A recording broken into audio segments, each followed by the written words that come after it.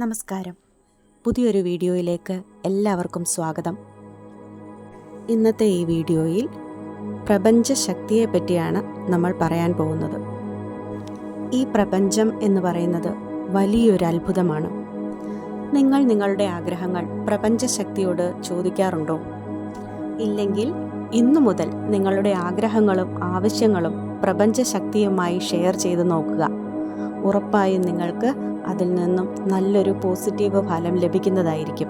പക്ഷേ അതിനു മുമ്പ് ഇതുവരെ നമുക്ക് കിട്ടിയ സൗഭാഗ്യങ്ങൾക്ക് നമ്മൾ പ്രപഞ്ചത്തോട് നന്ദിയുള്ളവരായിരിക്കണം. ഗ്രാറ്റിറ്റ്യൂഡ്, കൃതജ്ഞത ഏറ്റവും ശക്തമായ ഒരു ഫീലിംഗ് ആണിത്. നമ്മുടെ ആന്തരിക ഭാവമാണിത്.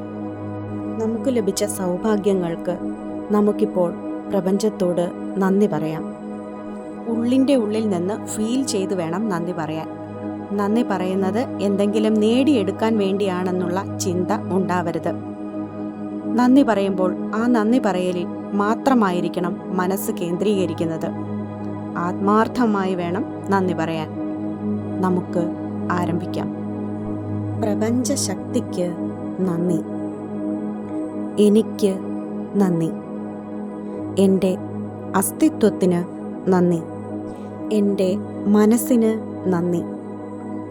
എൻ്റെ ചിന്തകൾക്ക് നന്ദി. ഈ അത്ഭുതകരമായ ദിവസത്തിന് നന്ദി. എന്നെ താങ്ങി നിർത്തുന്ന ഭൂമി ദേവിക്ക് നന്ദി. എന്നെ എപ്പോഴും സംരക്ഷിച്ചുകൊണ്ടിരിക്കുന്ന പ്രപഞ്ചശക്തിക്ക് നന്ദി. എൻ്റെ ആരോഗ്യത്തിന് നന്ദി. ഞാൻ കഴിക്കുന്ന ആഹാരത്തിലൂടെ എനിക്ക് കിട്ടുന്ന ഊർജത്തിന് നന്ദി. എൻ്റെ സുഖകരമായ ജീവിതത്തിന് നന്ദി. എൻ്റെ ജീവിത പങ്കാളിക്ക് നന്ദി. എൻ്റെ മാതാപിതാക്കൾക്ക് നന്ദി. എൻ്റെ കൂടപ്പിറപ്പുകൾക്ക് നന്ദി. എൻ്റെ മക്കൾക്ക്, എൻ്റെ സുഹൃത്തുക്കൾക്ക്, എൻ്റെ പിതൃക്കൾക്ക് നന്ദി. എൻ്റെ പൂർണ്ണ ആരോഗ്യത്തിന് നന്ദി. ഞാൻ കഴിക്കുന്ന ആഹാരത്തിന് നന്ദി.